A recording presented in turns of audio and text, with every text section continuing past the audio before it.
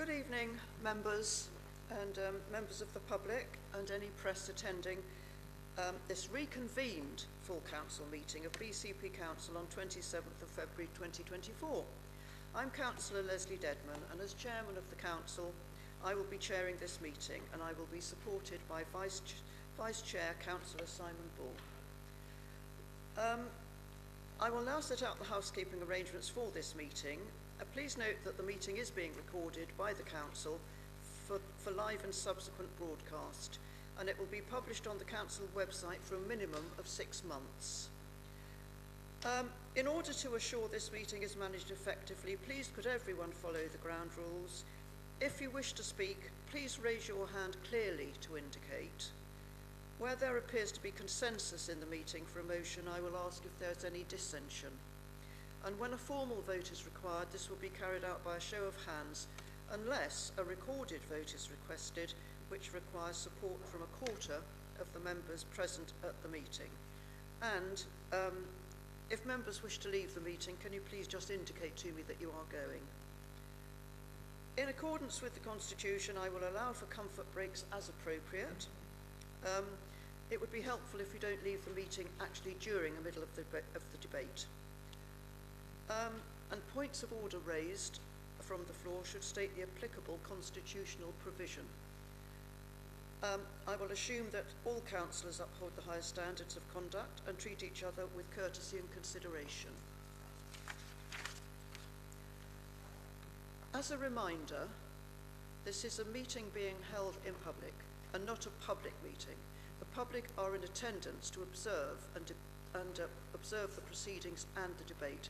So can I say to all members of the public I can see in the gallery and possibly at the back, please remain silent through the items.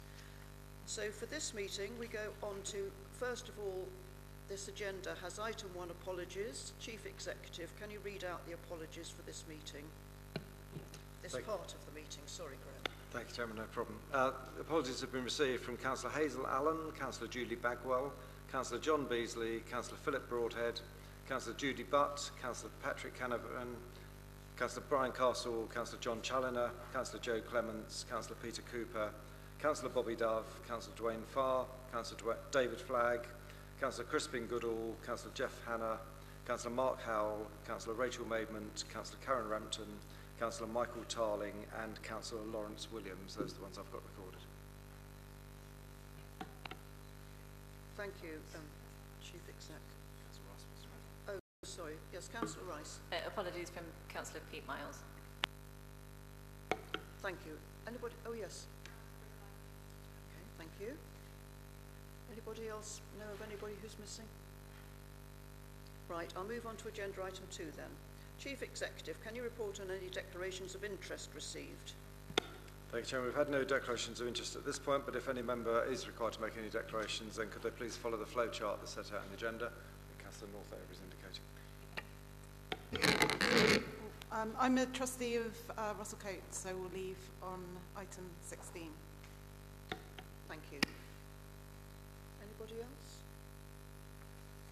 Right. So we now move on, or back, to item 12, the tenancy strategy for registered providers of social housing 2024 to 2029. Councillor Wilson, sorry. I understand you'll move the recommendation, and I think Councillor Earle is going to second. Would you like to move the recommendation? Thank you, Chair. The Localism Act requires councils to prepare and publish a tenancy strategy for social housing providers as part of its strategic role for the area. It sets out matters which providers should have regard for when formulating policies relating to the type of tenancies they will grant. We as a registered provider of social housing must also have regard to our own strategy. The strategy set out supports harmonisation of the approach to the use of flexible fixed-term tenancies within the council's own housing stock. All tenancy strategies held by the previous legacy authorities supported the discretionary use of flexible fixed-term tenancies. The use of flexible fixed-term tenancies has been, however, relatively low, and most providers have moved away from using them. The reasons for this are that they do not achieve their aims, create uncertainty for tenants, add complexity, increased resource requirements are required to manage them effectively, and they can act as a barrier for supporting tenants to manage their tenancies. The revised tenancy strategy supports the use of lifetime tenancies rather than fixed-term tenancies to provide more assurance to tenants, contribute to sustainable communities, and ensure effective tenancy management. It will continue to allow the discretionary use of fixed-term tenancies in appropriate circumstances where it aligns with efforts to make use of social housing and where it helps to sustain tenancies provided. So I'm very happy to bring this forward. Thank you, Chair. Thank you, Councillor Wilson. Councillor Earl, will you second? Yes, thank you, Chair. Happy to second. Councillors, does anybody wish to speak on this recommendation? I'm looking round for hands. No, I think that's right. So, Councillor Earl, did you actually wish to speak? Were you reserving your right, or were you just not speaking? I don't think there's any need. Right, Councillor Wilson, do you wish to sum up? No, good, thanks, cheers. Right, councillors, we need to move to the vote. The appropriate method might be consensus. Do we have any dissension? So I think that's a consensus vote. Thank you very much. On to item 13, Active Travel Fund, ATF4. Councillor Hadley, I understand you'll move the recommendation and then Councillor Burton will second the move. Councillor Hadley. Thank you, Chair. Last year, the Chief Executive under Urgency Powers accepted 3.78 million from the Department of Transport, Active Travel England, for walking, wheeling and cycling improvements. We were successful in no small part in attracting funds thanks to the efforts of our officers in coming up with a complete local cycling and walking infrastructure plan for the BCP area, and in bidding for a generous allocation it was actually 4 times the indicative sum that we were told. The money is earmarked for specific schemes as outlined on the basis of our bid, which is attached to your papers tonight. This paper requests council delegation to implement the schemes which extend and connect previous work. And there's 4 schemes to be built, so that's Wallace Down Road Phase 3, measures to support permanent school streets, at 4 school streets we've already identified as being permanent, the Beta footpath and cycleway improvements, and Bournemouth Gardens path, including the Branksome-Wood Road crossing. And then money for development of design and consultation for a further 2 schemes, the Wallace Down Road Phase 4, which is alongside the university, boundary roundabout to university, and the Wallace Down Road Phase 5 at the Crossroads, which is a particular crash hotspot. It's something of a technicality as because the Chief Executive has already signed off the award, as I say, last March. But clearly we need to go through the process because of the value of the overall sum. So we're asking Council to ratify the Chief Executive's decision and to delegate getting on with it to the Service Director for Infrastructure in consultation with myself. Thank you, Councillor Hadley. Councillor Burton. Yes, I'm more than happy to second that, Chair, and I reserve the right to speak if needed. Thank you, Councillor Burton. Councillors, who wishes to speak? Councillor Rice. I was just wondering why it's taken so long for it to come to Council. I got very confused with the dates, but thank you for the clarification.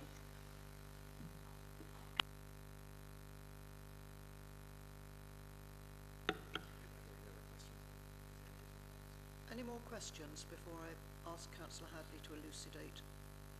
Yes, Councillor Rigby. Thank you, Madam Chairman. Yeah, just a very, very quick one. Really pleased to see this coming to Council. I just wanted to focus on the school streets permanent measures. I'm really welcome them. In the last meeting of the Environment and Place Overview and Scrutiny Board, we went through this quite a lot and done a really good review on it with some positive and negative findings. I think the committee found overall that it was a really good thing that we were doing. So we're really pleased to see this coming forward and looking forward to seeing more opportunities for it to be rolled out to schools in the future. Thanks. Thank you, Councillor. Thank you, Chair. It's a question with regards to point 18, summary of equality implications.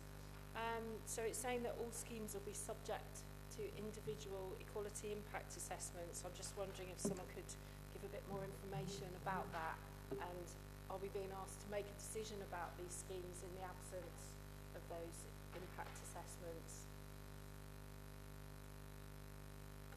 Thank you. Any more hands?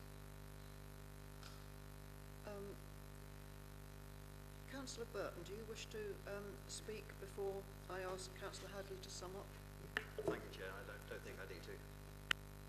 Right. Councillor Hadley, would you like to sum up? And as you know, there's a question from Councillor Rice, which you may be able to clarify.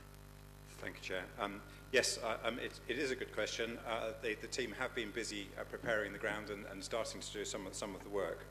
I think it's really about tying up the loose ends in terms of a decision that the Chief Executive has already made.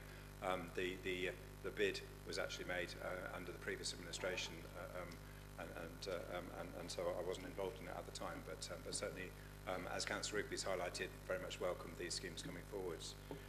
The concept of the equalities impact assessments being with individual schemes, they are very different schemes.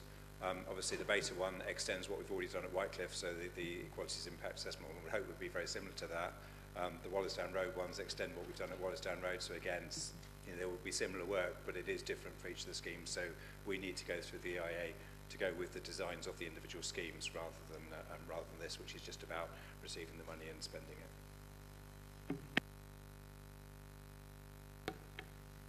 Councillors, we now move to the vote. Do we have consensus, or shall I ask for a show of hands? Any dissent? Councillor Bartlett, so we sorry? Oh, so do we need a show? Thank you, Councillor Bartlett. We will record that.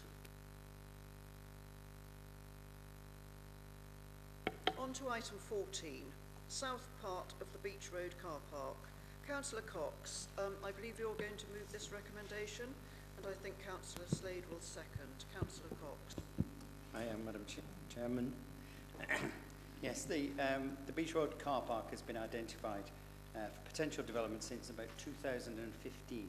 After almost a decade of discussions, the time is right now to do something proactive and positive with this site.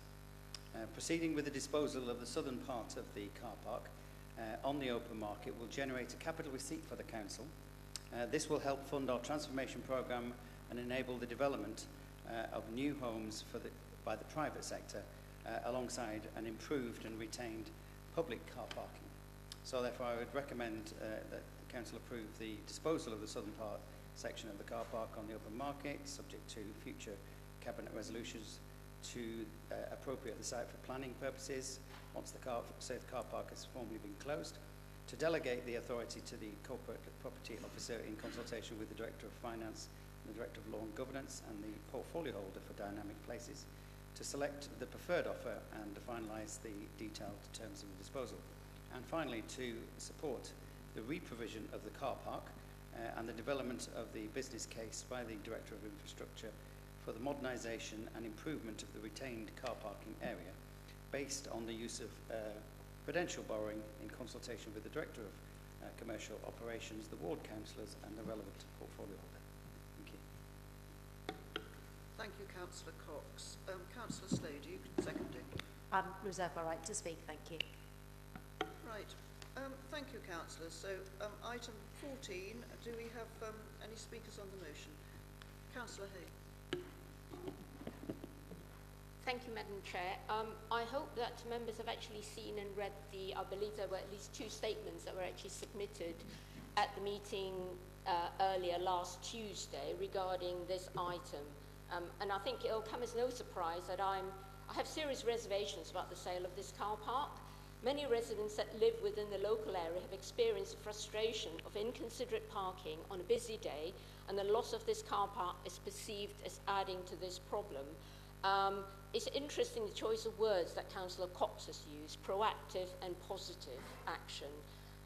I have a feeling that the residents that have actually written to me, of which there have been numerous, would completely disagree, because they do feel that this car park should be retained. And one of the primary reasons that they've stated this is because Rockwater has arrived. Rockwater wasn't there when the land was declared surplus in 2015.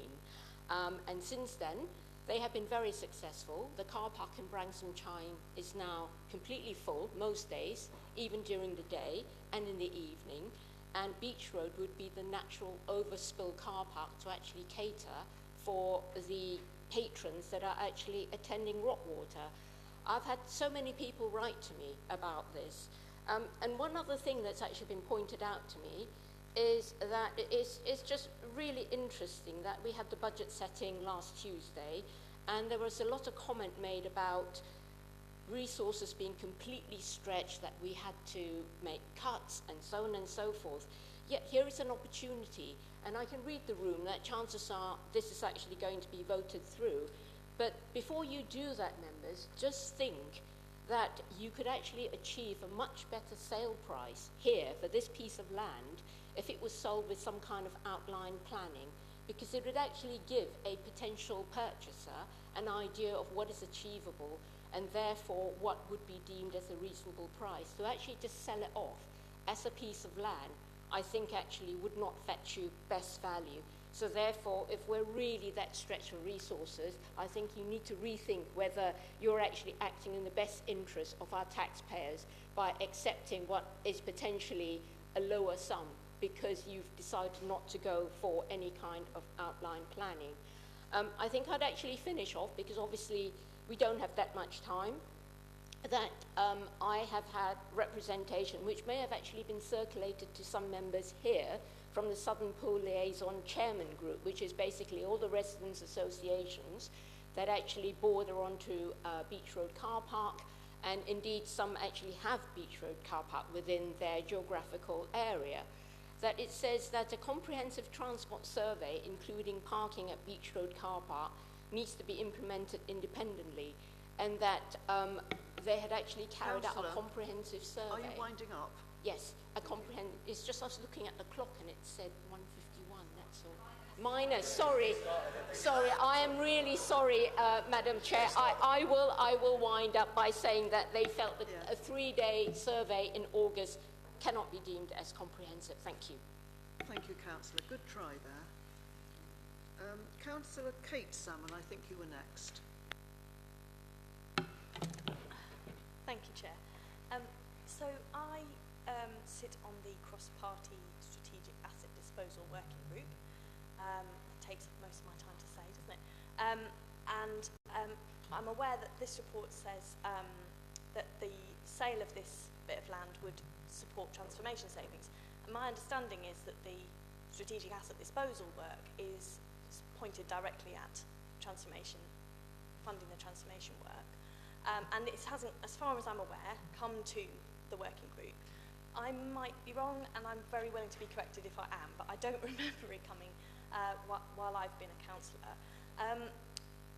And so I just wanted to raise that. And I also think there's an option in the paper that's not referred to, or there isn't an option in the paper around what another option something we could do with this land might be to use it to build social housing, or to find a registered provider to put social housing on that land. And I want to know why that option isn't in there. So that those are my two kind of questions, and I think they're slightly linked, but I probably haven't linked them very clearly. I apologise. Thanks. Thank you, Councillor Salmon. Councillor Andrews, I believe you wish to speak. Thank you. A couple of points. Obviously, this has been the predecessor council, Poole Borough Council's policy for some years to get rid of this car park. It's in the local plan, Poole local plan. If you look at the papers, the income is very poor on this car park, and that speaks for itself in terms of its usability. But buried in the report is the recommended option of actually selling this site unconditionally. In my view, that won't get the best price. I'm sure many developers who will be bidding will offer a very good price, but with conditions, such as, hey, X million pounds if they get, say, Y number of bed spaces. So that sale would be better, or an overage provision, that's again mentioned in the report. More is paid if, say, a particular number of flats is allowed. The actual resolution, though, we have before us is quite open in its wording and can be interpreted my way. Really, my main suggestion is to take advice from whoever is the appointed selling agent as to the best way to get the best price for this council and for our residents. Thank you. Thank you, Councillor Andrews. Councillor Trent, I believe you have indicated. Yes, thank you, Madam Chairman. I was pleased to hear the Ward Councillor acknowledge that this had been on the agenda for a long time, because before I lost my seat on Poole Council in 2015, it was being talked about, and you know, it seems to have been surplus to requirements for a long time. But a comment was made about a planning application. I'm sort of seeking facts here. Was there a planning brief on that site? Because I seem to remember seeing a planning brief way back. I can't remember whether it was pre or post Bull Council days on that site. And I think, without sort of going into any detail, unfortunately, the way we work, I think a previous question has said about social housing, that's one of the irritating things for those of us on planning and so on, is that there would be no way that you would get away with putting social housing on that site, unfortunately. But I would like clarity as to whether or not there was a planning brief on that site, because I seem to remember there being something of that type. Thank you, Councillor Trent. Any more speakers? Councillor Rice. Yes, I would also like to understand why social housing is not possible on that site. Thank you. Councillor Hadley. Thank you. Just on the car park and Rockwater. I mean, yes, Rockwater has arrived on the scene. Clearly, they despite their appeal or the suggestion that they would support health and fitness, there's an awful lot of people drive there. I think this car park is only open in the summertime, and I think it was recognised when we discussed this at Cabinet that opening it all year round in response to the way people are taking their leisure and going to the beach all year round, and the way that Rockwater has been very successful, would be a sensible move to increase the revenue of the half that remains. But given the damage and the fact that under the previous Poole Council administration, it was initially started, this car park has been pretty blighted, so half of the car parking spaces are not actually usable anyway. So you know, that we need to invest in the half of the car park that will remain, and we can probably only do that if we get rid of the other half. Thank you. Thank you, Councillor Hadley. Do we have any more speakers before I ask Councillor Slade if she wishes to speak? No. Sorry. I thought I'd better just wait. You reserved your right. Yes, thank you. Yeah, I will be brief. I think just to say that this has been on the agenda for an awful long time, and I know that throughout the whole of that period, Councillor Haynes has maintained a position of being uncomfortable with the proposal to sell it, as you would expect her to, being her ward, and you know, so absolutely understand why May would maintain that situation. This was a scheme that Future Places were looking to develop. This was a scheme which Future Places did not develop, and Future Places were, you know, talking about the sale of this site way before. So I think the reason it probably hasn't come to the cross-party asset working group is because those decisions had already been taken way before this council came back in May, and I think it would just be delaying everything to keep going back around the merry-go-round. This site was deemed surplus many years ago. It has taken way too long to be delivered. It could have provided housing by now. I don't think this personally is the right site for affordable housing. I think that would be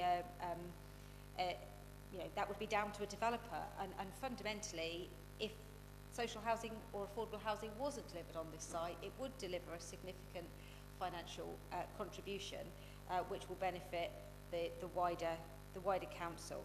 So I do understand the issues regarding Rockwater. I've had plenty of people lobbying around, you know, the impact of Rockwater on local parking facilities. But this car park is closed from September until April anyway.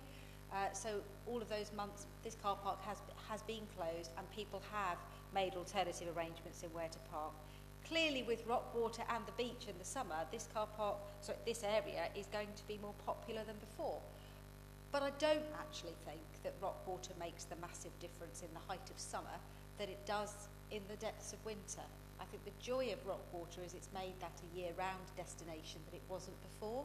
So actually, the difference in the height of summer, some of this car park is used, some of this car park is full, but only some of this car park is ever open, because if you've been to see it, you'll know that less than half the spaces are actually usable.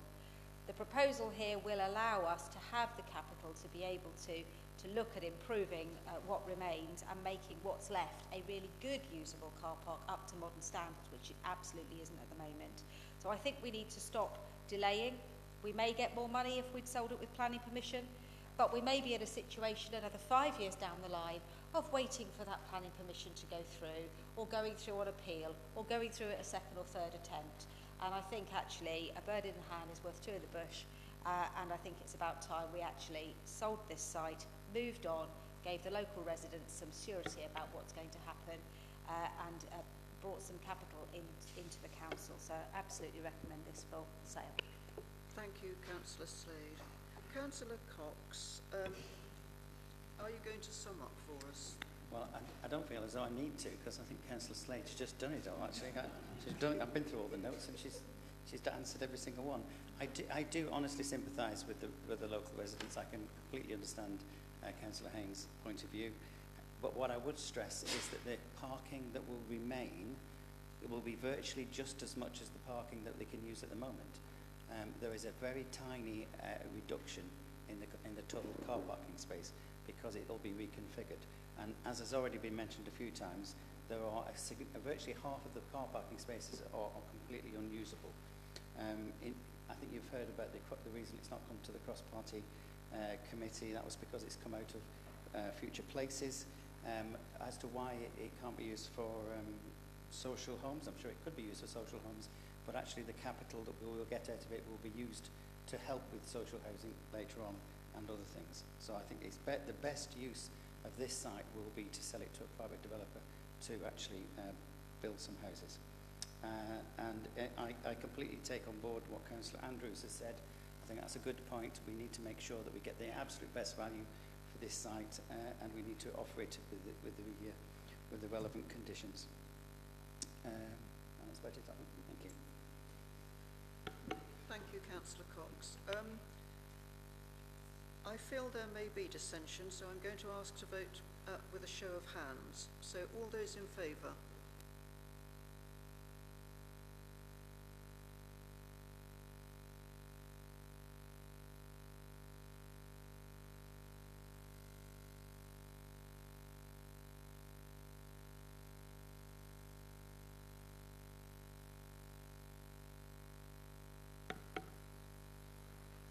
Thank you. Those against?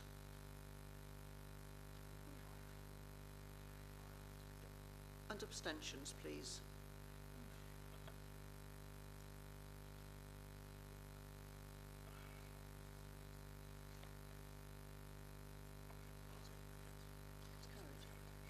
Right, thank you, members. That was carried.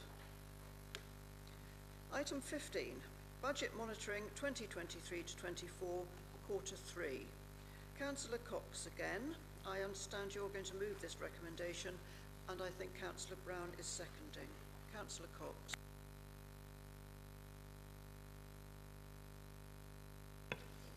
Indeed, Madam Chairman, thank you. I would like to recommend to Council this particular motion, which agrees the acceptance of grants, delegations for delivery and capital environments of schemes over £1 million as set out in Appendix C. It's worth noting that we are projecting a surplus of £2.8 million, which has come from a deficit of £4.3 million. The reason for this turnaround in the last quarter was due to the changing of the MRP provisions, which we've discussed in detail, and the increased recovery that we've got from the NHS re-care placements. However, it must be stressed that this was offset significantly by additional pressures in children's and operations, and of course an additional £500,000 for the cost of future places. This has been finally put, thank goodness, has been finally put to bed, but a significantly different picture than would have been portrayed by the Leader of the Opposition for Finance who wanted to spend the contingencies. We needed those contingencies because of pressures in children's and operations, and we will need them next year as well. Given this council, given where we've come from this council, and the fact that we started off with £6 million plus of unidentified transformation savings, I think the return to a surplus is actually quite an achievement. So I recommend this report. Thank you. Thank you, Councillor Cox. Councillor Brown, do you wish to second? Yeah, happy to second that, but I'll reserve my right to speak. Thank you, Councillor Brown. Councillors, who wishes to speak on this recommendation? I think the answer to that is nobody. Right. In that case, Councillor Cox, do you wish to sum up? I think I've probably said enough, so I'll leave it there. Thank you. I'm so sorry, Councillor Brown. You reserved your right to speak, and now's your time. God, I will just say a couple of words. I mean, actually, this is a really sort of positive result at this point in the year in terms of the budget monitoring to show such an improved position at Q2. You know, we were looking at overspends, and now we've sort of got that back under control. And I think it's also in no small part to the fact that we've had an expenditure freeze as well, which is not easy for officers and not easy for departments to sort of to handle, but it's been necessary to make sure that we can sort of manage the council's financial position in year. I think for me one of the most noteworthy bits of the report is around future places, and I think the numbers, when you look at future places, it just does go to show that it was a very costly misplaced project for this council to go ahead with. And I think actually it shows the prudence of the council in I think it was in September when a £4 million provision was made to handle the costs of that, and that's being used here to manage the closure and the winding up of future places. But yeah, I think a sad chapter in this council's history as far as I'm concerned. Thank you, Councillor Brown, and apologies for missing you out there. Councillor Cox, you said you don't want to sum up, is that right?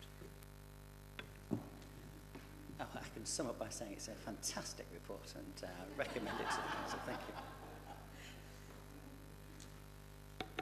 Members, is there any dissension to this recommendation?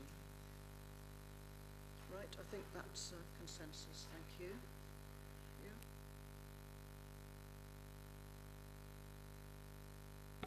Right, we're moving now to item 16, and this is the funding arrangement to support Russell Coates Art Gallery and Museum to become an independent trust. Councillor Andy Martin, I think you're going to move the recommendation, and I think Councillor Cox will second. Thank you, Madam Chair.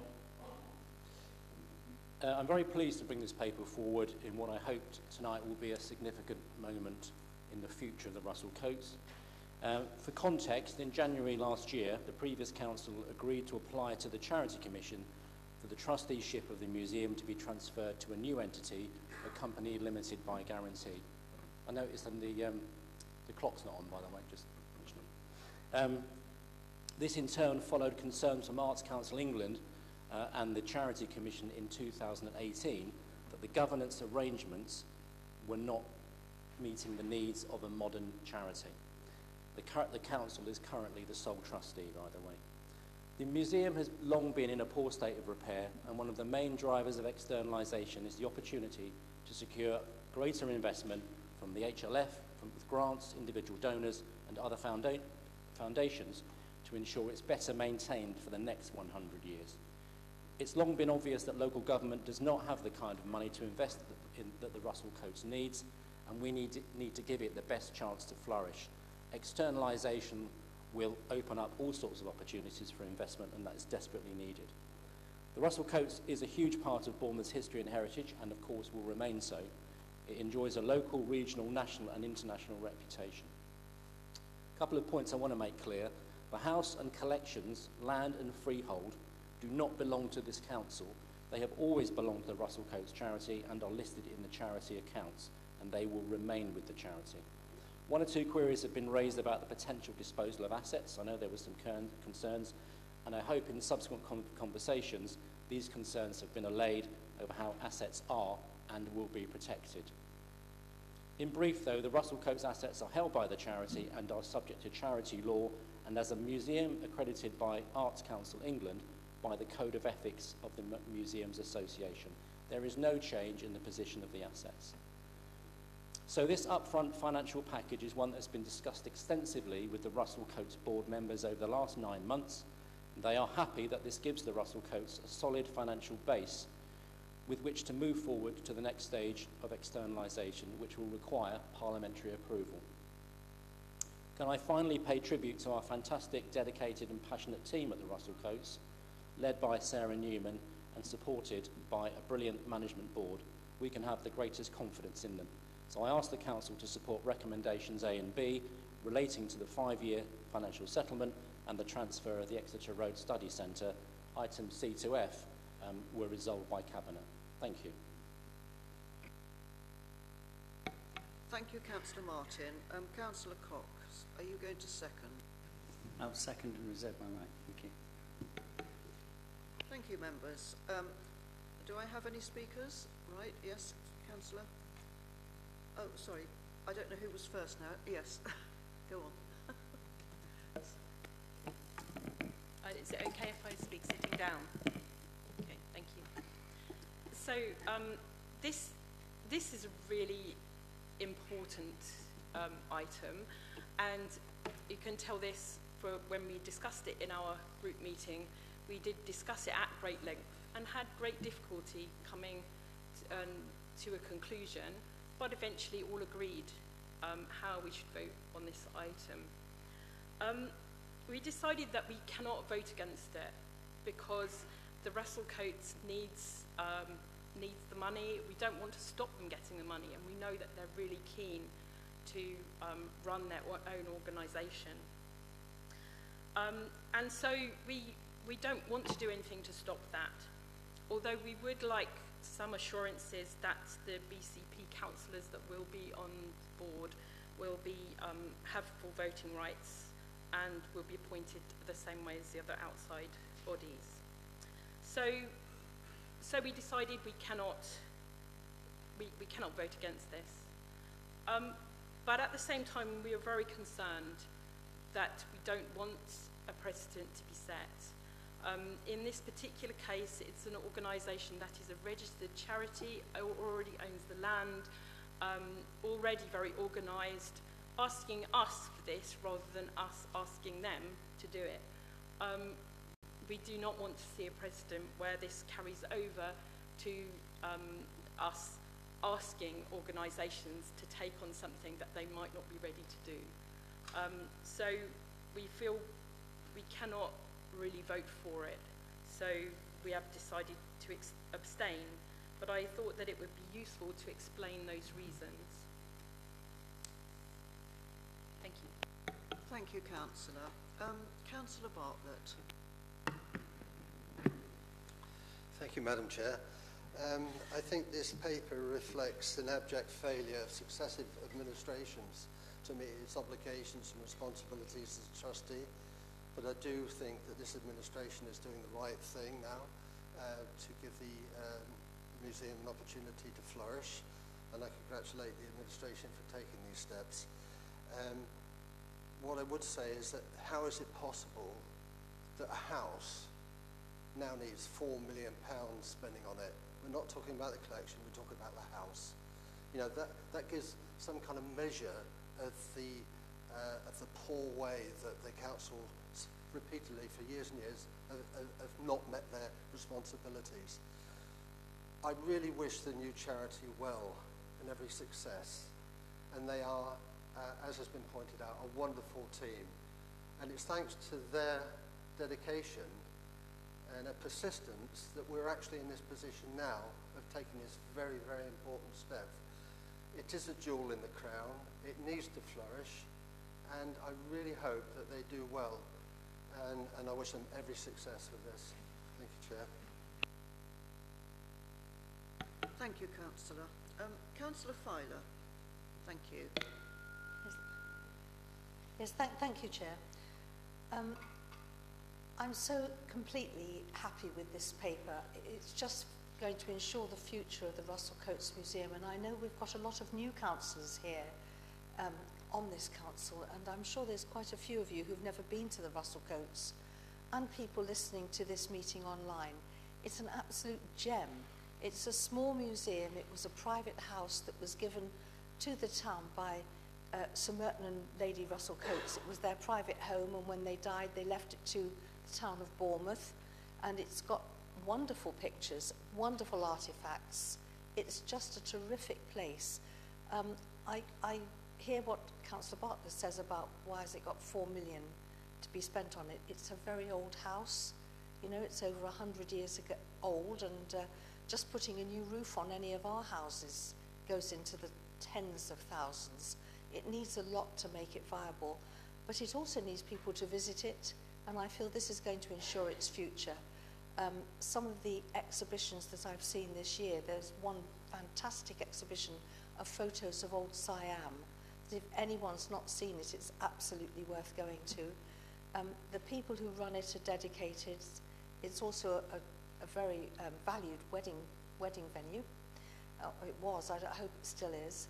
And I think this is going to ensure its future. A council isn't in a position to be keeping a gem like this in the way that it should be kept.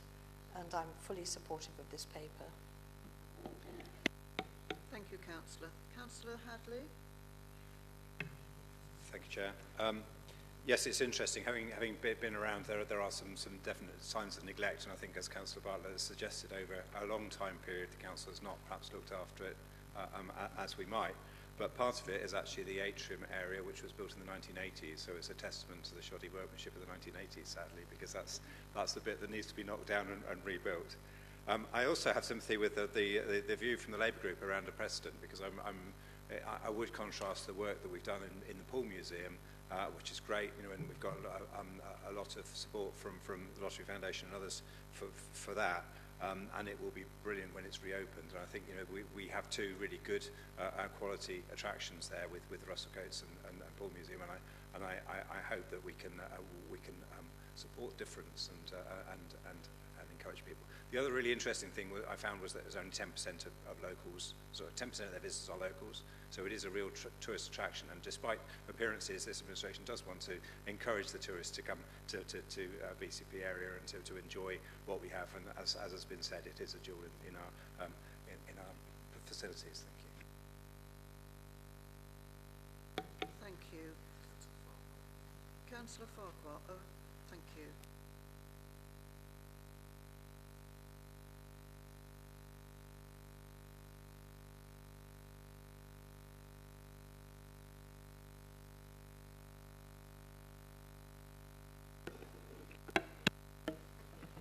Sorry, I had a moment. Thank you, Chair, and I'd like to thank Councillor Andy Martin as the portfolio holder for customer culture and communications to introduce this paper and so sensitively lay out the position that faces the Council. My thanks to Councillor Hadley to remind us that I remember visiting Swanage long before I moved to Bournemouth. To visit Russell Coates, and I still remember my first visit, absolutely wide-eyed and stunned by the collection. Strangely enough, I was wide-eyed and stunned by the men's WC for the outstanding tiling work from the Victorians that are in there in caustic and glazed tiles. That in itself is a work of art. But I digress a little. So I didn't think back then that I would be in this chamber having the opportunity to vote on the future of the Russell Coates and its existence.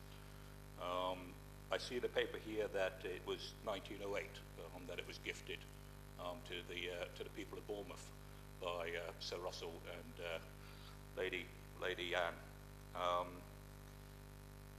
And that fulfilled a promise that Merton gave to the people of Bournemouth and that connection. But 130 years ago, Merton Russell Coates was also the mayor of Bournemouth. So the connection for the Russell Coates collection, the museum, the building, etc. for Bournemouth is very, very strong. So it is with an objective and pragmatic thought that I can't vote against it going, because the way for it to survive for future generations and visitors to enjoy is for it to be given up. So, and obviously I can't vote against it, but I will be personally abstaining, for which I am sorry. But just before I finish up, I wish to offer my thanks to the leader and to the portfolio holder for their best efforts to maintain that link with the office of the mayor and the trustees, to appeal to the new board, should this be voted through, to ensure that there is an honorary position from this moment forward, as there was 130 years ago with the mayorship of Sir Russell Merton, from this moment forward. So my thanks to the leader and my thanks to the portfolio holder. Thank you. Thank you, Councillor. Councillor Slade, I think you indicated. Thank you, Madam Chair. The first thing I have to say, I did have to chuckle, Councillor Filer, that this beautiful house built in 1897 is an old house. Would you like to come and visit Paul or Christchurch, where we can show you some very, very old houses? Because I love the fact that actually for Bournemouth this is one of those original houses, and that's what makes it so special. So, you know, but it did make me chuckle that it is not very much older than my house that I live in, which if it ever needs £4 million of work doing on it, Councillor Slade, there'll be trouble. So I really just wanted to touch on a couple of things about the assurance around councillor representation on the board. You know, I think we have to be mindful that the foresight of the people who gifted this to the town, to gift it in the way that they did, has enabled us to pass it on. Because if it had been left to the council, goodness only knows where we would have been already. But this has enabled it to move forward, and with the protection of the Charity Commission, to protect it, you know, for the long term. So I absolutely agree this is the right thing to do, and it's the right thing to do for not just the generations now, but the generations to come. The other thing I just want to say about is this was built as a birthday present, and one of our members here had a birthday today. So I'm wondering what birthday present we should give him, not a great big house in Bournemouth, Richard, not today. But there is something here about the mayoralty, and I think we have to be really clear with the public about it is in the gift of the leader to make appointments to outside bodies, and that means that those appointments have to be in the form of councillors. And when the mayor is behaving as the mayor, they are as a charter trustee. And so that's the reason why it would be wrong to make an appointment of the mayor as the leader. I think the right way to go forward, as you suggested, Councillor Farquhar, is for a letter to go once this has been approved, to say that I would be delighted to make the regular appointments of councillors to work with the team, but that are an honorary position in a similar way as we have the honorary roles in Poole in terms of our relationship with Cherbourg and other organisations. So you have my commitment to do that, and I think that this can represent a really good, positive way forward. And perhaps when it starts its new life, I noticed that it was officially opened by Princess Beatrice, but maybe they should invite our new Princess Beatrice to come and sort of relaunch it on its next 100 years of its journey. So thank you for your support, everybody. I totally understand why some members feel that they need to abstain, but I think it's good that we'll have enough votes in the chamber, I hope, to take this forward. Thank you, Councillor. Councillor Salmon. So somebody mentioned future places earlier, and I feel like future places should have taught us to be a bit wary about setting up independent bodies to solve the council's problems and whatnot. And the sums of money being discussed here are vast. They're 5 or 6 times the amount of money that the council saved last week by closing down our libraries, which is something I'm still very bitter about. And I get that changing the ownership model is going to be really good and allow the endeavour to be better funded by external grants and whatnot. And I mean, that seems like the right idea, but the devil's very often in the detail with this kind of thing. And this sounds like this was a self-created problem for the council. You know, this didn't have to go this way and didn't have to get quite so bad. And I think with this kind of self-created problem, when you're looking to sort it out, the quickest way out leads straight back in, you know, and knee-jerk decisions and whatnot. And I've got every faith in the individuals involved. I'm sure everybody's very hard-working and whatnot, but I do worry about the institutions they are bound to. I worry that at the moment our council is somewhat data blind and horrifically under-resourced and whatnot. And so I just worry when I see that we're giving £2 million, you know, and we're giving all of this money up front, that maybe just doing that alone and going, okay, you go off and you deal with that now as the independent charity and whatnot, maybe that will not sort all of this out. I'm just too sceptical to get wholeheartedly behind this, and I wish we could see more of a robust plan as to how this was going to work, you know, which I haven't got from the document here in front of me. But yeah, that's it. So I'll be abstaining, like others have said. Do we have any more speakers? Councillor Cox, you reserved your right. Would you like to speak? I'd just like to say a few things, if you don't mind, Madam Chairman. I wholeheartedly approve of this paper. I'm not as squeamish as some, I'm afraid. I think this could be a model for future heritage assets if the circumstances were right. And in these circumstances, it's the right thing to do, because this will bring flexibility to the charity, to the organisation. It will bring outside expertise, and fundamentally, it will give them the ability to raise more money. It will give them ability to raise money which we will not be able to afford to give them. And that's the reason, and I wholeheartedly agree with Councillor Bartlett. You know, it is an abject failure. It's an abject failure of local government holding assets like this, because they never prioritise the money to be spent on repairs and maintenance on these kind of assets.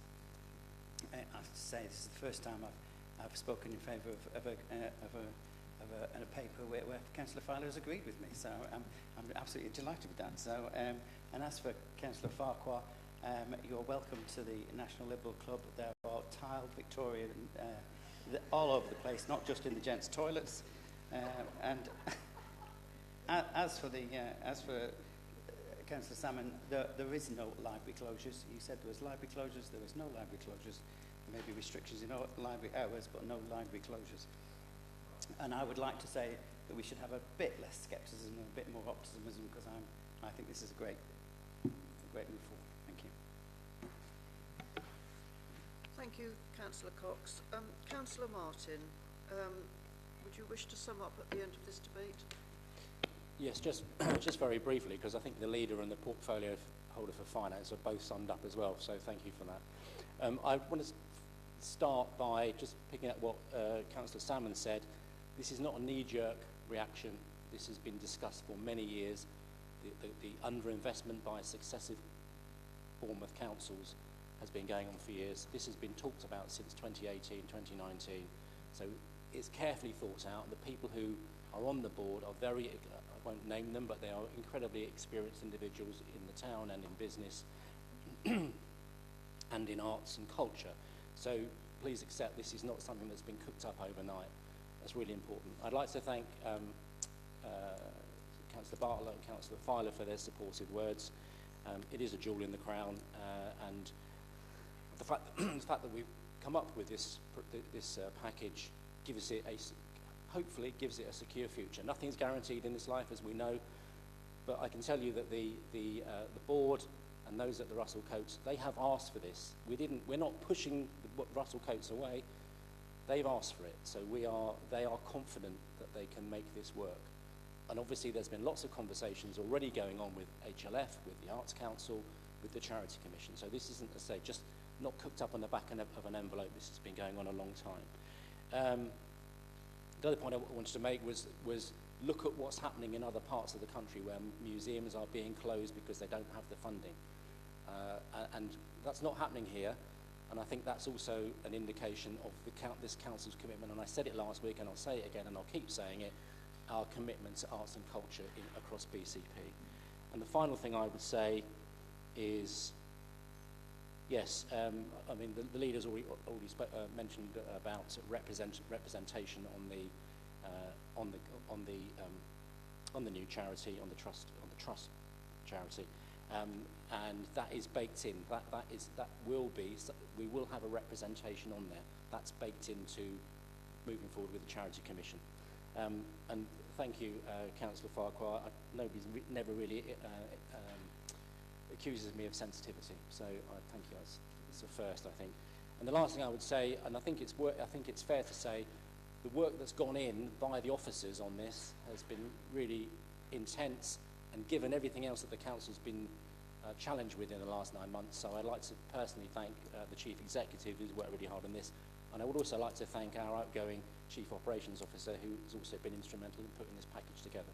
So thank you, Jess, thank you, Graham. Thanks very much.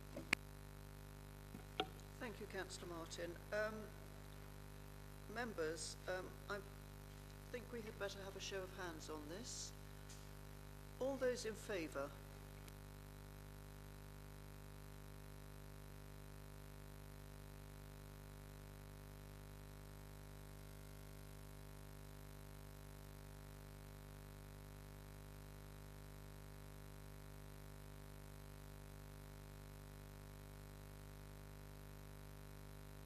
Those against? Abstentions?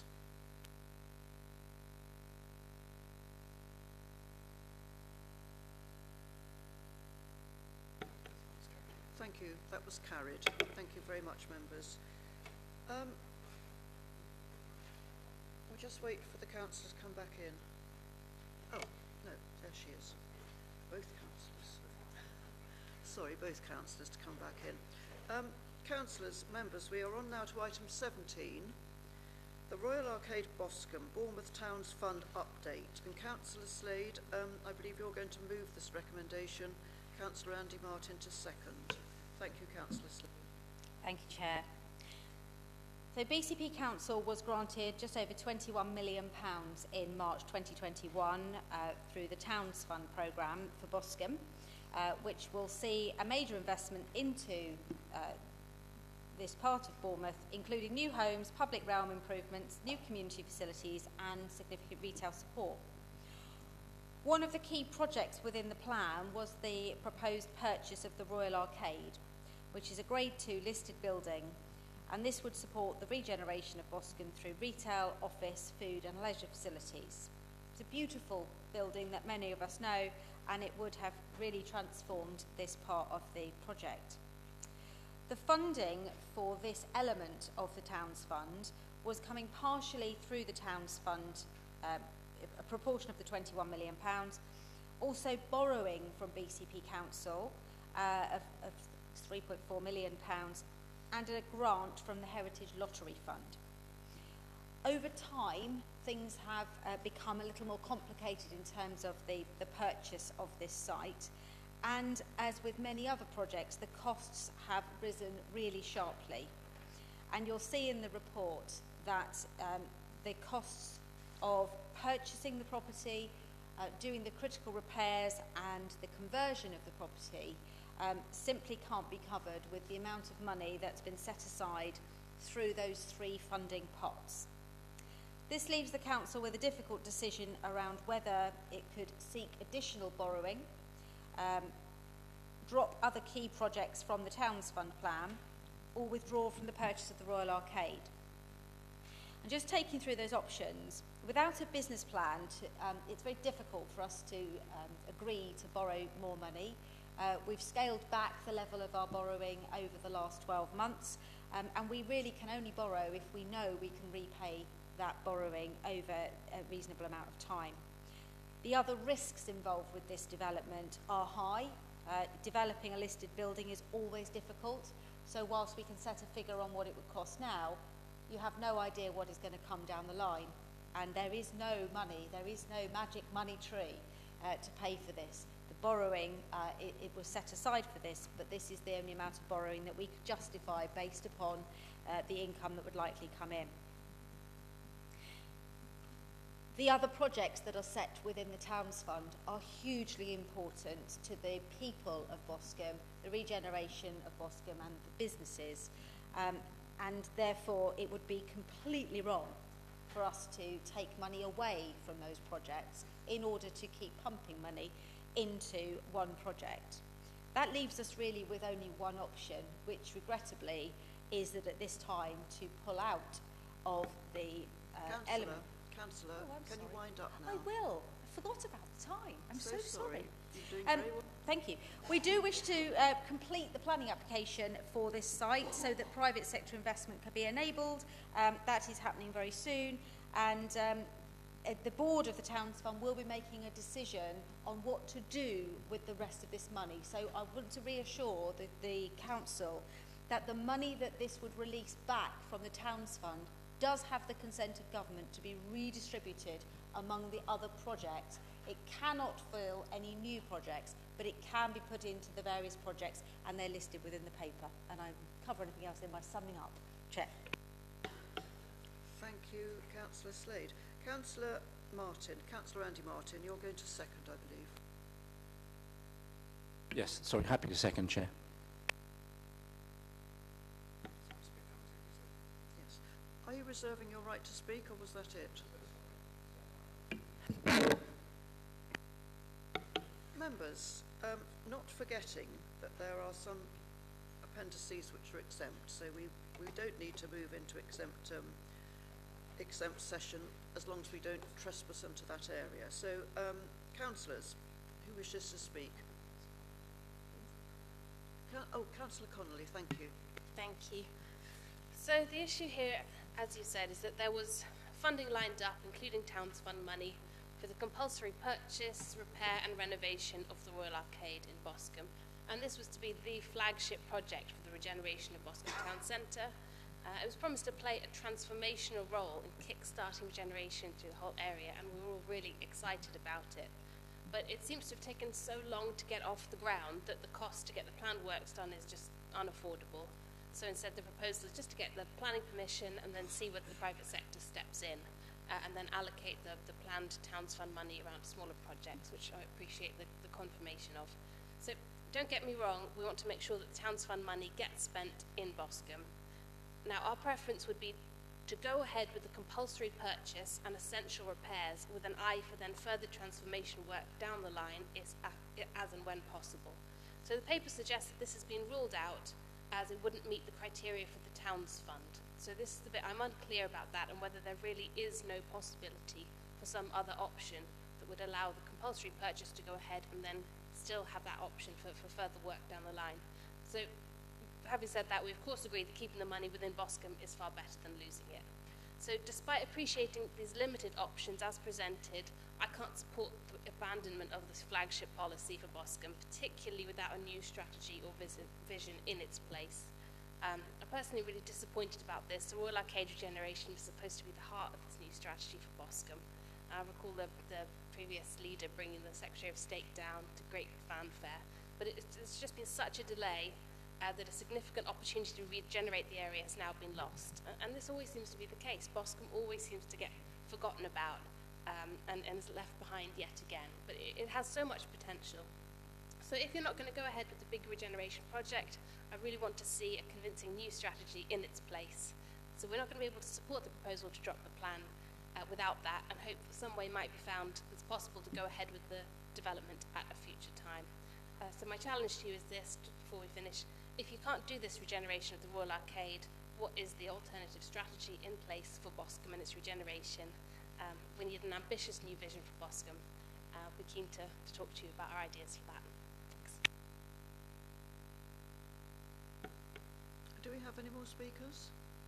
Councillor Filer. Thank you. I find this really disappointing. We've been talking about the regeneration of Boscombe for years. I was on the original board at least 5 or 6 years ago, and there was such joy when that amount of money was given to the town's fund. I've lived in Boscombe all my life. I was born there, grew up there, and still live in Boscombe, and I think it's very disappointing that we've been talking for so long and nothing is apparent yet. It's just been a long talking shop, and this, as Councillor Connolly said, this is the key to it all. It's a beautiful covered shopping area that's so desperately underused, and just to abandon it, because I assume, much as we need more housing, I assume that the money for the town's fund will, I know it'll be in Boscombe, probably in the Hawkwood Road car park, new build of houses there, but there'll be nothing. Boscombe, that was going to be the key, that was going to be the attraction, to have a beautiful indoor centre for shops or for markets or for restaurants, whatever it was going to be, and it was going to bring it back to its former splendour. And how very disappointing that after all these years and such hope and such passion for it all, it seems to be fizzling. And personally, I would like to see a definite plan for what's going to happen to that money if we're allowed to use it, and something to happen quickly. We can't just carry on talking for another 5 or 6 years and still nothing happen. So I'll be supporting this, but with greatest regret.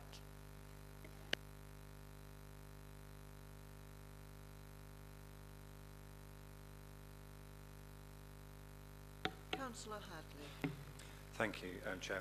Yeah, this is a really interesting contrast to the item we've just passed, because the museum really wanted to change, and the owner of this building didn't really want us to have it, and there is a real contrast. I've lived most of my life in this area, and obviously passed through Boscombe. I haven't lived in Boscombe, but it's always been difficult in terms of how do we make Boscombe a great place. It's a really attractive place in terms of some of the arts and the people who make it a colourful place, but it's also got a lot of problems. And I do hope that the money is spent wisely in the area, but I think we are taking a responsible decision in cutting off something that could become a real money pit for us. And indeed, for the present owner, and if it changes hands, for any owner, it is a real challenge. So I think we are taking a responsible decision in saying, no, actually, we can spend the limited money we've got more wisely on other schemes, and we need to make sure that Ward Council are really part of that. So I hope that will be part of the outcome. Thank you. Thank you, Councillor. Anybody else wish to speak? Councillor Martin, did you reserve your right? Yeah, thank you, Chair, but I don't really have anything to add. Thank you. Thank you, Councillor. Councillor Slade, then, would you wish to sum up? Yes, of course.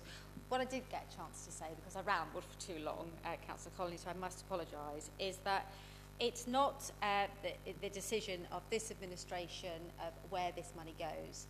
The Towns Fund Board, which includes both the ward councillors and the the lead member for our projects, they will make the decision at their next board once we have taken a decision tonight about how they would reallocate that money. I absolutely need to stress that there is an absolute commitment to Boscombe. This money cannot go anywhere else. It is defined. In fact, when there was an attempt to try and stretch the location to put some things on the fringes of the area of the Towns Fund, it was rejected. So I think, you can take that this money is not going anywhere else. One of the things which is incredibly frustrating is that timescale. It's taken 3 years to get here since that money was agreed. How ridiculous is that? I can't answer that question. I've only been in this role for 7 or 8 months. But what I do know is that this money has to be spent by March 2026. That is not very long away. And so these projects, we don't have time to go back and go back and go back. The reason why we can't just do the base level of works, as I understand it, is that one of the conditions of the Towns Fund is around jobs generation. And actually, if we just did that critical work but didn't actually open it up for what it was designed to do, it wouldn't fulfil that criteria. And we would then put at risk the rest of the project. I understand Councillor Filer's concern about just homes, but I would never use that phrase because homes are so important. And I think, you know, if we don't deliver those homes in the heart of Boscombe for families, we don't have a hope of regenerating Boscombe, however wonderful the Royal Arcade would be. I think it's ironic, isn't it, that we've just agreed to release the Russell Coates because we can't afford it anymore. But actually, if we held on to this, it could consume everything and put at risk the chances of us doing the other things. We know the community is passionate about their community centre that they want. They want something far better than we would otherwise be able to afford to do. So I hope they use some of this money for that. I've seen the list of other things they want to do, and I would encourage the ward councillors and the ward councillors of the neighbouring wards to engage as much as they can, because I'm sure this is a place where the neighbouring wards go and visit too. So, you know, although they're not on the board, I'm sure that the councillors of Springbourne and Eastcliff and of Southbourne and Folkestone and, you know, Boscombe East are equally as interested in what happens here. So I think this is, agree with you, a very heavy heart, but with so little time and such tight restrictions, I think it's time to do the inevitable. Thank you, Councillor Slade. Members, I'm going to ask for a show of hands on this, if that's okay with everybody. I think so. Members, all in favour, please show.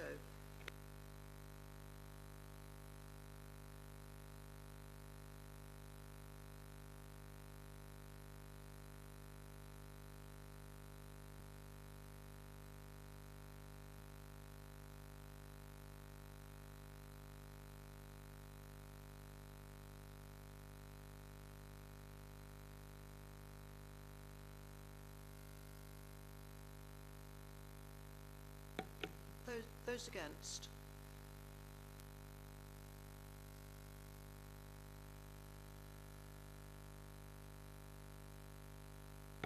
And abstentions?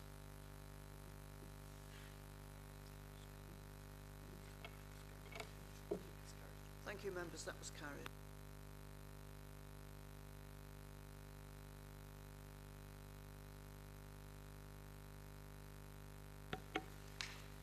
We move on now to item 18, Dolphin Shopping Centre Pool update.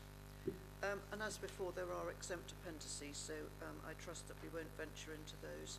Councillor Slade, I understand you're going to move the recommendation, and Councillor Earl will second the move. Thank you, Chair. This hopefully will be a brief one. In 2017, Borough of Poole, as it then was, and L&G entered into an agreement which required both sides to do a number of things over the following period, some of which are in the exempt paper and some of which are in the main paper. Many improvements have taken place over that time, including improvements to the actual shopping mall by L&G, the multi-storey car park by the council, the toilets, the facades of some of the buildings, and a real transformation of what goes on inside the Dolphin Centre. On completion of the things that were in that original agreement, new leases were going to be created, new responsibilities would be set out, and a new way forward. But for a number of reasons, including the COVID pandemic and the significant change in the way that we all shop, which was probably brought forward more quickly by the COVID pandemic, some of the requirements on both sides are no longer viable, and they would no longer be sensible to progress. So we're faced with a situation where we either sit tight with the current agreement and just hope that it goes away and hope that nobody presses the nuclear button. We enforce those improvements, which won't necessarily give the town of Poole what it wants or needs for the future, and could become extremely expensive, and the only people to benefit would probably be lawyers. Or we could lay it to one side and sit down with L&G and say, what do we want for the place of Poole? And over the last couple of years, anybody that's been to Poole will see that it's absolute renaissance going on in the commercial centre of Poole. If you haven't been there, I would definitely encourage it, because the model of what's gone on in the Dolphin Centre under the ownership of L&G is really a model that we're trying to do even in Bournemouth. We don't have in Bournemouth a single landlord model that has enabled Poole to transform. The Dolphin Centre used to be the Dolphin Shopping Centre, but it's now where the hospital outpatients is. It's where the council's own adult education centre is, our library, our customer contact centre, a working joint workspace, a children's play centre, and some shopping. And every time I go down there, there's something new, and I think we should celebrate that. So this paper really just allows us to put a line through that previous agreement and say, you know what, doesn't benefit anyone to hold us to something which is no longer fit for purpose. And I think sometimes we could all learn by just laying things to one side, stepping forward and starting fresh. So I think this gives us a chance to start afresh with Poole, and I hope that it's something that everyone will be able to support. Thank you, Leader. Councillor Earl, you wish to second? Yes, thank you, Chair. Happy to second. And are you reserving your right to speak?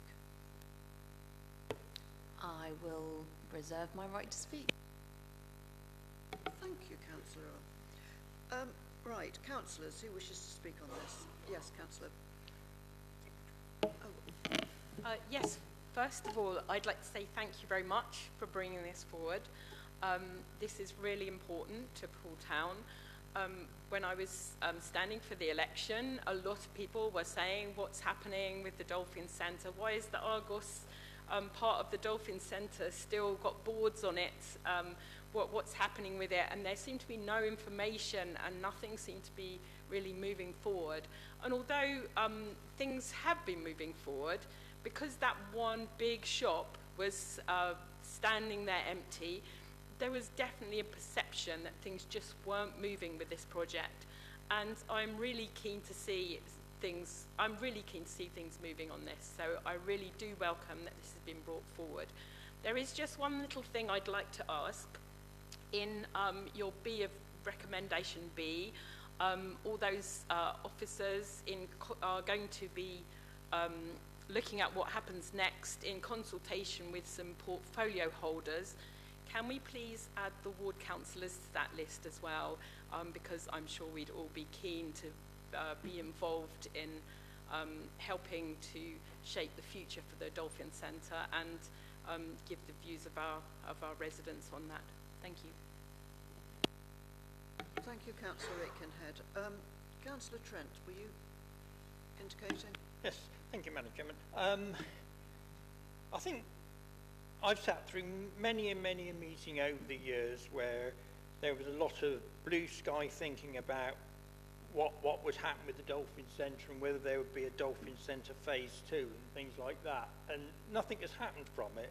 And there were one or two ideas that I sort of nursed. For example, bringing the railway station to the bit that would be the Dolphin Centre 2 sort of extension. But, you know, that is obviously pie in the sky. But what I have noticed, and I was privileged to be able to attend many events opening up of different bits and pieces, is the number of things that have happened in the Dolphin Centre which have been positive. The Kingdom Crescent improvements were good. There are some quite unique shopping experiences there, and I do think that we can see a germ of optimism going on there, and possibly a clue to how we might develop our shopping centres in the future. And so I think we've got to sort of move on in whatever the most practical way possible is. But I'm encouraged by what I've seen, and I think that, you know, we can actually move further in that direction and sort of make the Dolphin and the High Street and link the two much better. Then I think we'll have a positive outcome for Poole. Thank you, Councillor Trent. Councillor Hadley. Thank you. Yes, as ward councillor, sorry, I do need to declare a non-pecuniary interest. I'm a director of Poole business improvement district. And I think, you know, the good things about Poole High Street and the Dolphin Centre have been raised by others, particularly in terms of the Dolphin Centre and Legal and General's work on that.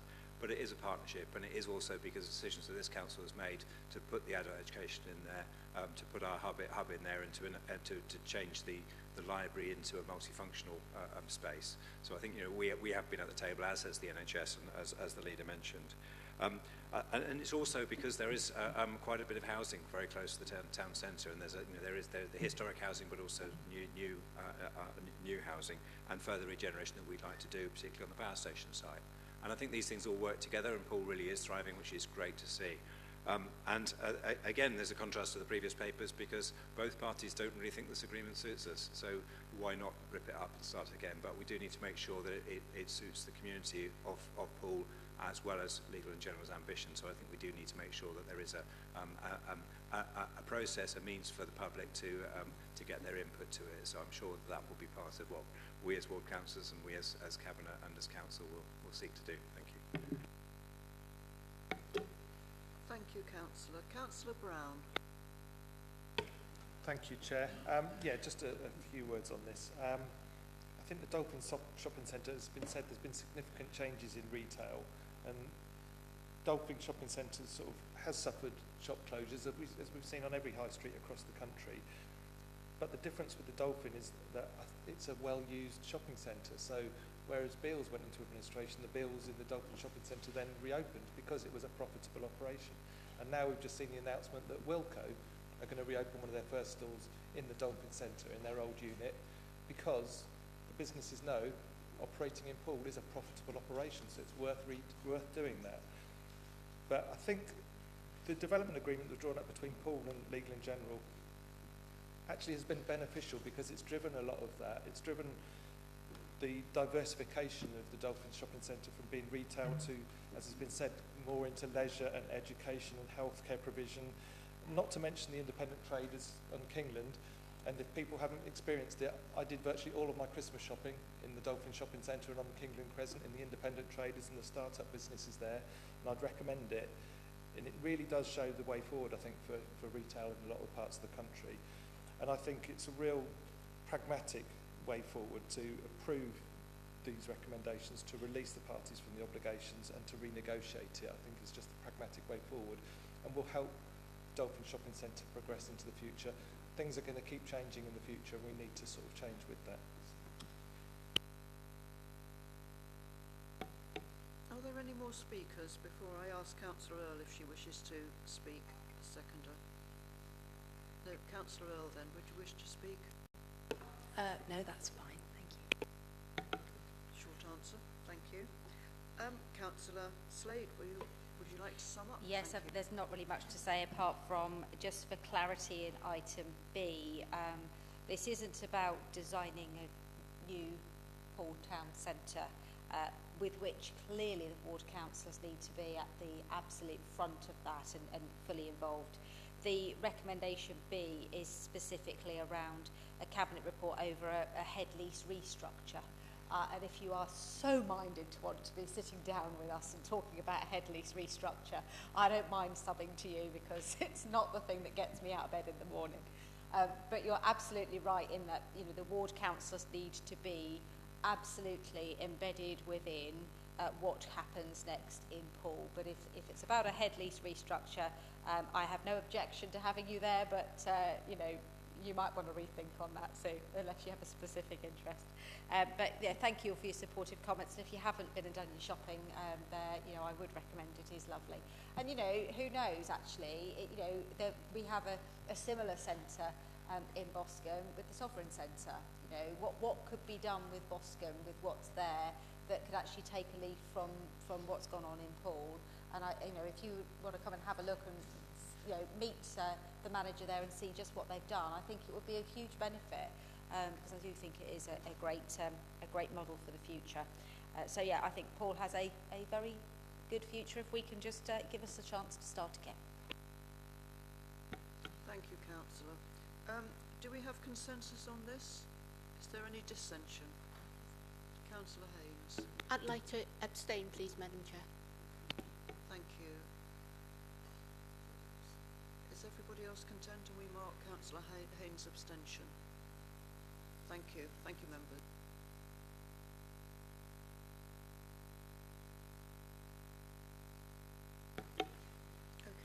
Okay. Item 20, questions from councillors. We have got 3 questions from councillors for this meeting, but Councillor Canavan is unable to attend, so he will have a written answer to his question, and the question and the answer will be recorded in the minutes. Supplementary questions, councillors, they are available for councillors to respond directly to the portfolio holder. But these questions must be indeed questions and not statements following on from what the portfolio holder has said. I will stop any further dialogue if it doesn't bring further clarity to the issue or doesn't relate to the matter of the original question. And the time limit for asking and responding to a question is 3 minutes. Can I just say, councillors, that we've been doing, in my view, from up here extremely well on our timings, and I think that might be the clock. And I must also admit, councillors, that there has been a little teething trouble up here, but nothing really, nothing too bad. So I'm going to go in now to ask Councillor Farquhar. You have a question to put to the leader of the council and the portfolio holder for Dynamic Places, who is the same person, Councillor Vicky Slade, on escalation of arguments to decision makers. Councillor Farquhar. Thank you very much, Madam Chair, and I don't find the clock as a tyranny, but I'll try to keep within it. And perhaps some clarification on how long I can have for my supplemental, because I don't think that's necessarily covered by the Constitution. The question is this. At Cabinet on the 7th of February, I asked a question relating to the definition of non-essential spending and how, as members, we can challenge a refusal by a decision maker to not to allow for preventative or essential maintenance, repairs, replacement, remedial works. The reply from a Section 151 officer confirmed that there was the ability for people to argue their case, and that conversation then can be reflected upon. My question is this. How does a member escalate an argument to a higher decision maker or director or leadership when a manager or officer has given a no answer within their area of responsibility or authorisation level? Councillor Slade. Thank you, Councillor Farquhar, for your question. The financial pressures facing local government are well documented, and BCP Council is no different. The budget that we have been working to deliver since we formed the administration last year has required every department to consider its spending and to ensure that budget holders actively drive down the cost of the service. Current and previous procedures adopted in respect of a freeze on non-essential expenditure place a lot of onus on the budget holder to be satisfied that they are adhering to the established criteria. It also allows for escalation as high up as the Chief Executive, although it would be expected that this would be exercised through the budget holder's line management structures to service and corporate directors in the first instance. If a member is not happy with the decision of a budget holder, it is suggested they email the budget holder's line manager or service director to consider it further. Furthermore, there are regular meetings that involve group leaders with the leader of the council and democratic services, and this sort of issue can always be flagged during such meetings. And as I confirmed in my email to all members today, my door is always open, and if there are specific issues, I'm always happy to talk them through and see if we can unlock the problem. Councillor Farquhar, a supplementary question. Thank you very much, Madam Chair. It would be rude not to. Thank you very much for that reply. It does give me some degree of understanding of the decision-making process to say yay or nay based upon the circumstance of the issue. So my question is this. I appreciate that there isn't a documented way of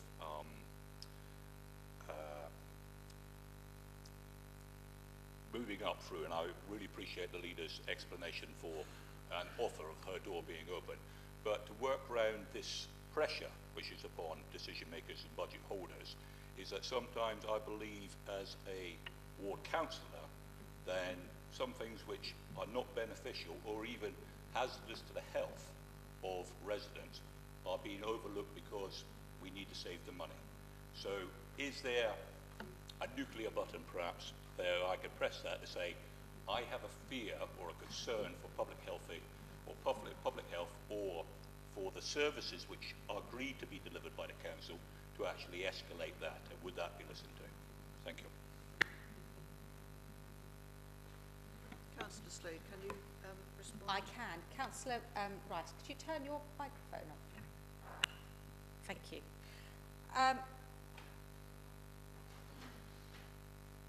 Speaking as a ward councillor, if I was concerned that there was a matter of public safety, health and safety, personal safety, I would automatically pick up the phone to the appropriate service director. It would not cross my mind to worry about a more junior member of staff who was worried that they didn't feel they could do that. And I think we all have a responsibility if there is a genuine problem. However, I would say that we should use those things cautiously, because I would not want every one of the 76 members suddenly running to our service directors and claiming health and safety, because we all know what trouble that gets us all into. But seriously, you know, we do have to use common sense. We do have to understand that our staff are put under, you know, pressure. They have to keep within their budgets.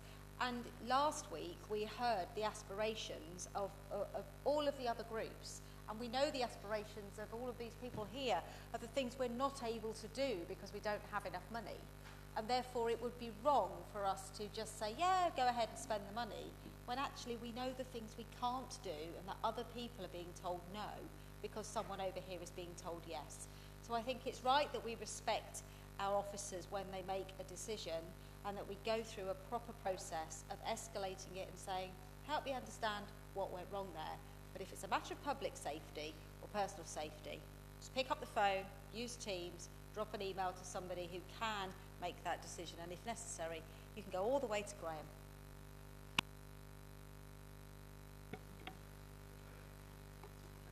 Sorry, Graham, I thought you were going to say something. Accepting responsibility, very true. Councillor Farquhar again. I understand you now have a question to put to Councillor Kieran Wilson, who is the portfolio holder for Housing and Regulatory Services, on reporting of graffiti. Councillor Farquhar. Thank you, Madam Chair. I was distracted by getting the Chief Executive's number on speed dial. What steps is the local authority taking to alert, report and monitor to rectification the reporting of graffiti on non-public installations, i.e. commercial premises, service buildings and installations, such as cable boxes and roadside furniture, post boxes and telephone boxes, and how can these be improved to ensure that graffiti is removed in a timely fashion and service level expectations for ensuring our public realm and amenity does not deteriorate to a point of neglect. Thank you, Councillor Farquhar, for your question. As a local authority, BCP Council have limited powers to secure action by private property owners to remove graffiti from their own property. There are powers under Section 215 of the Town and Country Planning Act and Section 43 of the Antisocial Behaviour, Crime and Policing Act 2014, which can be utilised for specific cases, but is far from a timely solution due to the administration, investigation and legal challenges, and has to be prioritised in line with other statutory duties within the environmental protection team, where the demands are significant. Oh, sorry, are you okay? Where the resource permits and certain thresholds are met with regards to offensiveness and or severity of the adverse impact, officers will identify those responsible and, where necessary, serve the relevant notices. This can be challenging, and understandably, owners can feel victimised twice by having criminal damage to their property and enforcement from the council to clear afterwards. Residents can report incidents of graffiti to the relevant utility companies and other asset holders requesting action as detailed on our webpage. Incidents of graffiti are the responsibility of the property owner and they should be contacted directly. Thank you. Councillor Farquhar, do you have a supplementary question? I do, Madam Chair, but if you forgive me, I missed the last sentence by the portfolio holder there. Councillor Wilson, can you repeat that? The incidents of graffiti are the responsibility of the property owner and they should be contacted directly. So where the graffiti is on the person's property, it's their responsibility. Thank you very much for that answer, and Madam Chair, I do have a supplemental.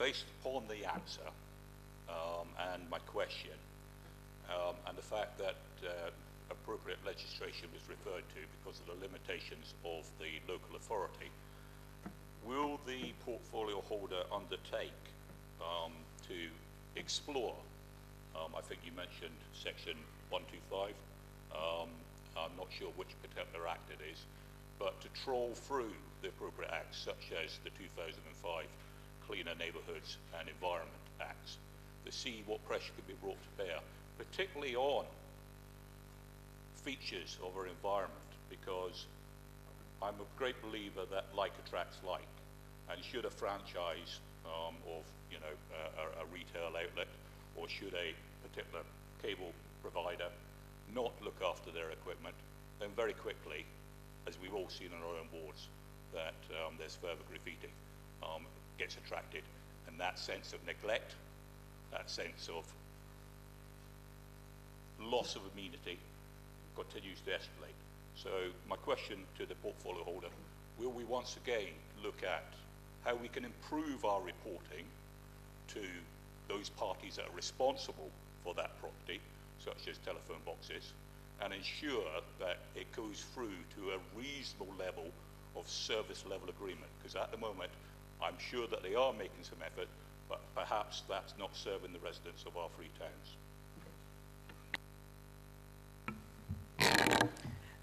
Thank you, Councillor. Yeah, I'm more than happy to go away and work with you, have a meeting with you, and look with officers on how we can improve this.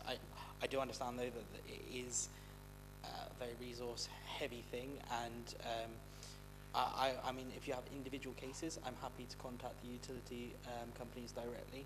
If there's in particular ones that have been causing particular issues, but in general, I think the initial part of my answer still pretty much stands, but I'm happy to go away with you and kind of discuss this offline. Hopefully that's helpful. Thank you, Councillor Wilson. Item 21, I'll ask the Chief Executive to advise members of any urgent decisions taken by him. Thank you, Chairman. Just one decision, which is to receive the Accelerating Reform Fund grant from the Department of Health and Social Care, where I think they gave us about 5 days notice and had to have a signed confirmation by then. So it was an urgent decision. We received about £700,000 over 2 years from that. Right, thank you. Thank you very much, Chief Executive. Members, I believe the feed will be going off in a minute and we can close the meeting. So thank you very much for the debate.